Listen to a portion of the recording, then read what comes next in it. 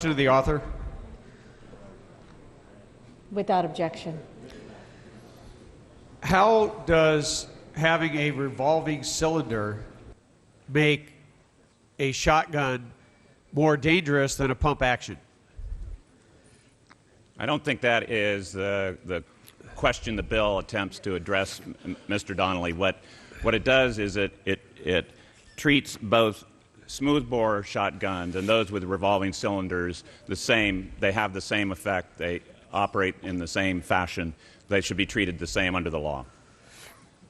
Well, I agree that we should treat, back on my own time, I agree that we should treat all firearms the same. We ought to treat them with respect.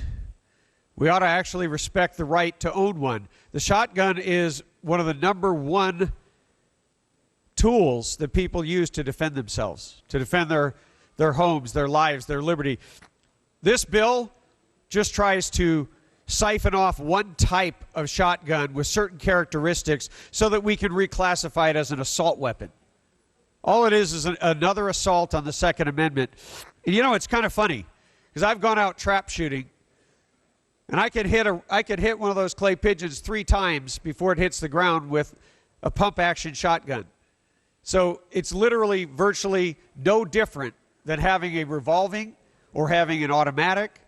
The bottom line is that a weapon is a weapon, and it should be treated as such. It should be treated with respect by those who own it, by those who use it, but more so than anywhere else in this state, the right to own, to keep and bear arms should be treated with respect in this body, and any changes we make should be carefully entered into.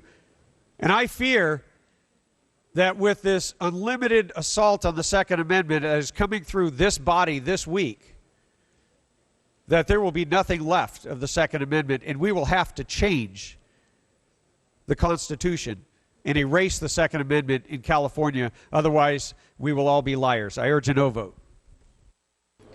After the vote. See no further questions or debate. Mr. Dickinson, you may close. Members, I just want to respond to one issue that was raised. Why would we treat those who bought the guns now that would prospectively no longer be legal? Why would we not do something about those that already are in people's hands? Well, this does not affect those who bought the gun legally, except to the extent that they need to register it. And it is exactly the same process that we apply to smoothbore shotguns in this state and have applied since 1989. This is simply leveling the playing field with respect to the treatment of these weapons, and I would respectfully request your aye vote.